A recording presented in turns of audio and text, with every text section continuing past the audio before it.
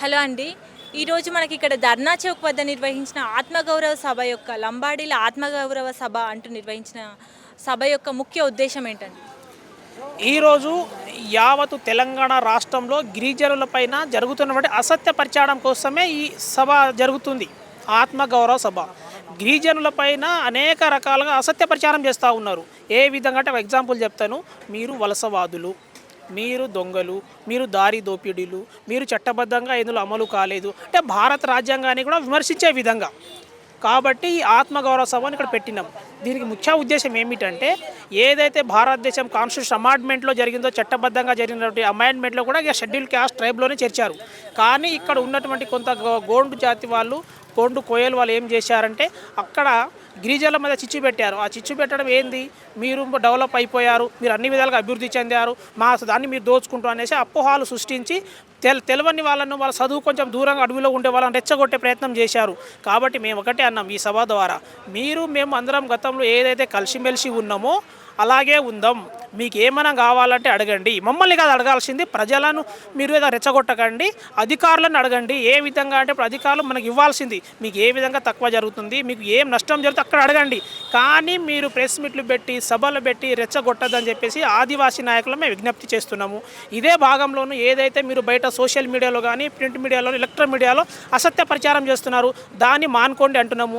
ఏదైనా మీకు ఇంకా ఏమైనా కావాలంటే ఒక సమావేశం పెట్టుకొని చర్చకు పిలవండి, మేము చర్చకు వచ్చేసి మీకు మాకు ఏమైనా పంచాయతీ ఉన్నదా అనే విషయంలో మాట్లాడదాం అనుకుంటున్నాము. అందులో భాగంగానే మా అధికారుల పైన, తర్వాత నేను ముఖ్య నాయకుల పైన అసత్య ప్రచారం చేస్తూ ఉన్న కాబట్టి దాన్ని తిప్పికొట్టడం కోసం అలా కాదు, మా పైన అసత్య ప్రచారం మానుకోవాలని చెప్పి సభ నిర్వహించడం జరిగింది. లంబాడీలు అసలు ఎస్టీలే కాదు, వాళ్ళు అసలు స్థానికులే కాదు అంటున్నారు. లంబాడీలు ఎస్టీలే కాదు, స్థానికులు కాదన్నప్పుడు వాళ్ళు కొంచెం చరిత్ర చదవాలా. ఈ చరిత్ర చదివే ముందు ఏంటంటే 1831 చదివితే వాళ్ళకి అర్థమవుతుంది. 1957లో ఎక్కడున్నాం, మేము 56లో ఎక్కడున్నాము, తర్వాత 76లో ఎలా ఉన్నాము, స్వాతంత్రంలో పోరాటంలో ఎక్కడున్నాము, తెలంగాణ పోరాటంలో ఎట్లా ఉన్నాము.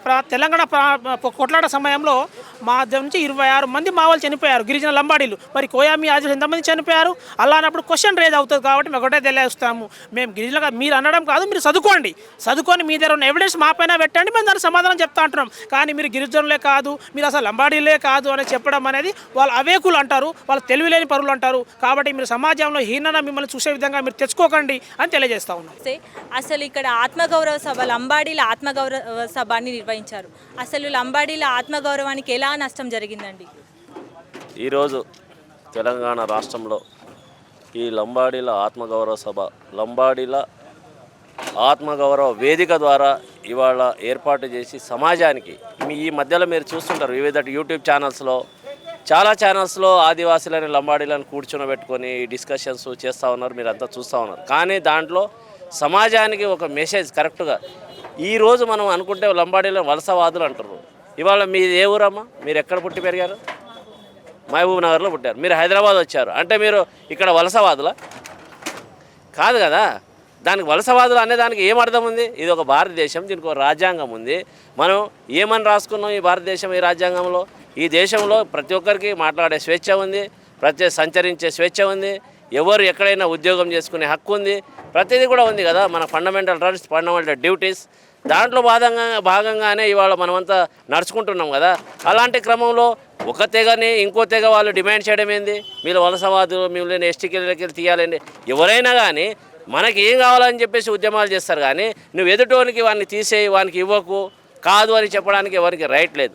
కాకుంటే ఇక్కడ కొందరు మేధావులు, ప్రొఫెసర్లకు తెలివి తక్కువై ఇవాళ ఏం చేస్తారు అంటే ఈ సమాజంలో కులాల మధ్య, తెగాల మధ్య, వర్గాల మధ్య విభజన చేసి ఇవాళ అగ్రవర్ణ పార్టీలు ఏవైతే ఉన్నాయో వాళ్ళు రాజకీయం చేసుకుంటూ వాళ్ళు రాజకీయ పబ్బం పడుకుంటుంటే రాజ్యాధికారం వాళ్ళ చేతిలో ఉండాలనే ఆలోచనతో వాళ్ళు ఉంటే ఈ ఎస్సీ ఎస్టీ బీసీ నాయకుల్లో ఉన్న మేధావులకు ఏం పుట్టింది, ఇవాళ ఏం రోగం వచ్చింది అనాలిసిస్ చేయాలి కదా. ఈ భారతదేశంలో వీళ్ళ అన్నిటి ఉద్యమాల్లో ఉన్నాం. మేము విదేశీ దండయాత్రలను తట్టుకున్నాం. ఆ రోజు మొఘల్స్ కానివ్వండి, మొఘల్స్ కంటే ముందు ఢిల్లీ సుల్తాన్లు కానివ్వండి, అంతకు ముందు వచ్చిన ప్రతి ఒక్కరిని ఈ దేశం నుంచి విదేశీయుల నుంచి దండయాత్రల నుంచి కాపాడిందే బంజారాలు. దాని తర్వాత వచ్చిన ఎవరైతే బ్రిటిషర్స్ ఉన్నారో వాళ్ళ దగ్గర కొట్లాడింది బంజారాలే. ఇక్కడ నిజాం నవాబులతో కొట్లాడింది కూడా బంజారాలే. ఇవాళ ప్రతి దాంట్లో మా త్యాగం ఉంటే నువ్వెవడు ఈ దేశంలో రాజ్యాంగం గుర్తించినోడు ఎస్టీ తెగలోకి ఉంటాడు, కానీ నువ్వు చెప్పినాడు ఉంటాడా? మేము ఎవరైతే వీళ్ళు సోయం బాబురావు అనేటోడు ఇంకోటి తెల్ల వెంకట్రావు అనేటోడు ఎవడన్నా ఈ లంబాడీలను ఎస్టీలకి తొలగించాలని ఎవరని చెప్తున్నారో మీరు రాజ్యాంగం చదవండి. కనీసం నువ్వు డాక్టరు తెల్ల వెంకట్రావు, నువ్వు ఎంపీవి సోయం బాబురావు, మీకు ఒకవేళ రాజకీయ పబ్బం కట్టుకోవాలంటే మీరు స్ట్రేట్గా చేయండి. కానీ మీ జనాలను ఎందుకు, అమాయకులను ఎందుకు వాళ్ళని రెచ్చగొట్టి బలి చేస్తారు? మీరు జియో నెంబర్ 3 కొట్టేస్తే ఏజెన్సీ ఏరియాలో 100% ఉద్యోగాలు ఆదివాసులకు ఉండే సుప్రీంకోర్టు దాన్ని కొట్టేస్తే మీరు ఏనాడు కూడా మీరు ప్రశ్నించని దద్దమ్మలు, ఏనాడు మీరు పోరాడని వాళ్ళు పక్కోని మీద రాయి వేయడం, పక్కోని మీద అబాండాలు వేయడం ఎంతవరకు సమంజసం? ఆదివాసీ ప్రజలారా, మీ హక్కుల గురించి మీరు కొట్లాడండి, మేము కూడా మీతో కలిసి కొట్లాడతాం. జియో నెంబర్ 3 గురించి మీరు రాండి, మేము కూడా కొట్లాడతాం. రిజర్వేషన్ ఇవాళ లంబాడీలు ఒక్కరే కొట్లాడి వాళ్ళ రిజర్వేషన్ తెచ్చారు. మీరు ఏనాడు కూడా ఆ పోరాటంలో మీరు భాగస్వామ్యం కాలేదు. 6 నుంచి 10% ఏదైతే కేసీఆర్ గారు జీవో ఇచ్చారో ఆ పోరాటంలో మీరు లేరు. అదేవిధంగా జియో నెంబర్ 3 కూడా లంబాడీలో పునరుద్ధరించాలి. జియో నెంబర్ 3ని సవాల్ చేసుకుంటూ చాలామంది కూడా ఇవాళ వీళ్ళు ఎవరో కోర్టులో కేసేస్తే కూడా లంబాడీలు పోరాడిర్రు. కానీ మీరు ఎక్కడ మీ పోరాటమే లేదు మీ హక్కుల గురించి. తోటోని మీద వాడు డెవలప్ కానికేనండి, డెవలప్ కానికేనే మనకు రిజర్వేషన్లు ఇచ్చారు. డెవలప్ అయిన వాని మీద ఏడవడం ఏంది? మీరు సాటి తెగ డెవలప్ అయిందని ఏడుస్తుర్రు. నేను చెప్తున్నా, మీరు ఏదైతే పోరాడుతున్నారో రాజగోండు వర్గానికి చెందిన సోయం బాబురావు, నీకు ఆల్రెడీ ఎస్టీ తెగలకెళ్ళి మీ వర్గాన్ని తీసేయాలని ఆల్రెడీ ఒక రిపోర్టే ఉంది, చందా కమిటీ రిపోర్టే ఉంది, ఈ రాజగోండులు ఎస్టీలు గారని. అదేవిధంగా కోయ లంబాడీల తర్వాత అత్యధికంగా ఉద్యోగస్తులు ఉందని కోయ తెగ వాళ్ళు, కోయ తెగ సామాజిక వర్గం నుంచి తెల్ల వెంకట్రావు ఉన్నాడు. ఫస్ట్ మీరు మీ దాంట్లో ఉన్న పీవీటీజీ గ్రూపులను ఏ విధంగా న్యాయం చేస్తారు అది చెప్పండి. ఫస్ట్ ఎవరు పీవీటీజీ గ్రూపులు అంటే చెంచు, భగత, ఇంకా ఏది మన ప్రధాను, తోటి, ఈ గ్రూప్స్ చాలా 5-6 గ్రూప్స్ ఉన్నాయి. ప్రిమిటివ్ ట్రైబల్స్ అని. వాళ్ళ గురించి మీరేం మాట్లాడుతున్నారు? వాళ్ళ గురించి మాట్లాడరు. ఇవాళ చూసుకుంటే మీకు ఇవాళ చట్టసభల్లో మీరే ఉన్నారు. మేము లంబాడీల జనాభా 70% ఉంటే 5 మంది ఎమ్మెల్యేలు ఉన్నారు. మీ జనాభా 30% కూడా లేకుంటే ఈ కోయ మరియు గోండు సామాజిక వర్గాన్ని 20% కూడా లేదు జనాభా. మీరు 7 మంది ఎమ్మెల్యేలు ఉన్నారు. మరి మీరు ఎవరిని అన్యాయం చేస్తారు? మరి మీ సాటి తెగలైనటువంటి ప్రధాన్ కానీ, తోటి కానీ, ఇంకా ఆ కులాలు ఏదైతే ఉన్నా కొండరెడ్లు కానీ, కొండకాపులు కానీ, మరి వాళ్ళు ఏనాడు కూడా మరి వాళ్ళ చట్టసభలకు పోలే. మరి వాళ్ళకి ఎందుకు మీరు అవకాశం ఇవ్వట్లేదు? అంటే ఎవరైతే పైకి మెట్టెక్కిండో వాళ్ళని కాలు పట్టి గుంజామని మీరు అగ్రవర్ణాలు అడగండి. మరి విద్య, వైద్యం అన్నీ కూడా ఇవాళ రెడ్ల చేతుల్లో, కమ్మల చేతుల్లో ఉంది. మొత్తం భూమి కానివ్వండి, మైనింగ్ కానివ్వండి, వైన్స్ కానివ్వండి, మైన్స్ కానీ అన్నీ వాళ్ళ చేతిలో ఉన్నాయి. మీకు అంత తెలివి ఉంటే మరి సమాన హక్కులు, సమాన వాటాలు పంచండి అని చెప్పి అడగండి. ఇవి అడగలేని వాళ్ళు మరి ఈడబ్ల్యూఎస్ అప్పనంగా 10% జనాభా లేని ఓసీలకు జనాభా అనేది వాళ్ళ 10% లేదు, 5-6% కంటే ఎక్కువ లేదు. వాళ్ళకి 10% రిజర్వేషన్ ఇచ్చారు. ఏనాడైనా దీన్ని మీరు అడిగిర్రా? మీరు సామాజిక ఉద్యమాలు చేసేటోళ్ళ, చెంచాగిరి చేసేటోళ్ళు, బ్రోకర్లు మీరు అని చెప్పి నేను సమాజాన్ని తెలియజేసుకుంటా. ఇంకోసారి లంబాడీల మీద అవాకులు చవాకులు పేలిస్తే ఖచ్చితంగా మీకు తగిన బుద్ధి చెప్తామని హెచ్చరిస్తున్నాం.